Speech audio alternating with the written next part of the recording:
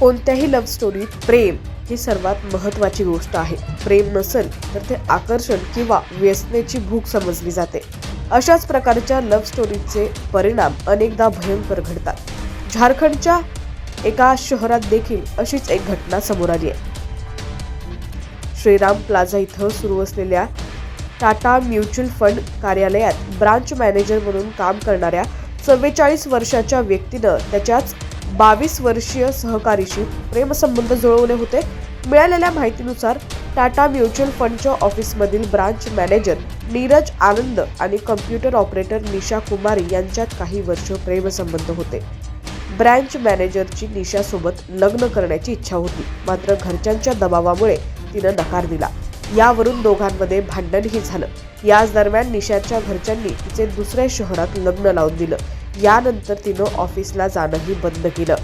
निशा कुमारीचे वडील दीपक भगत यांनी पोलिसांना दिलेल्या माहितीनुसार निशा काही दिवसांपूर्वी माहेरी आली होती.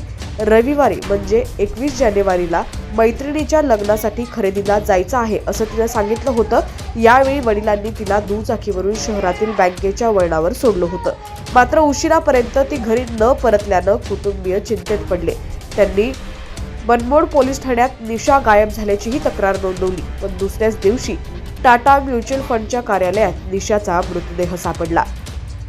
दीपक भगत यांना निशा आणि ब्रांच मॅनेजर नीरज आनंद यांच्यातील प्रेमसंबंधाविषयी माहिती होतं. हे सर्व तोच करू शकतो अशी शंका त्यांच्या मनात निर्माण झाली आणि त्यांनी पोलिसांकडे नीरज आणि त्याचा साथीदार राहुलवर संशय व्यक्त केला.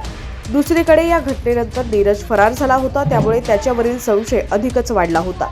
या प्रकरणी पोलिसांनी खुनाचा गुन्हा दाखल करून नीरजचा शोध सुरू केला आणि त्याला सोमवारी 22 जानेवारीला अटक करण्यात आली आहे. या हत्या प्रकरणाचा खुलासा करताना डीएसपी कायदा आणि सुव्यवस्था अरविंद कुमार बिनहा यांनी सांगितलं की धनबाद पोलीस स्टेशन परिसरातील मणितंड इथं राहणारी 22 वर्षीय निशा कुमारी हिची हत्या टाटा म्युच्युअल फंडचा ब्रांच मॅनेजर 44 वर्षीय नीरज आनंद यांनी केलेली आहे. दोघांमधील प्रेमसंबंध हे हत्येचं कारण होतं.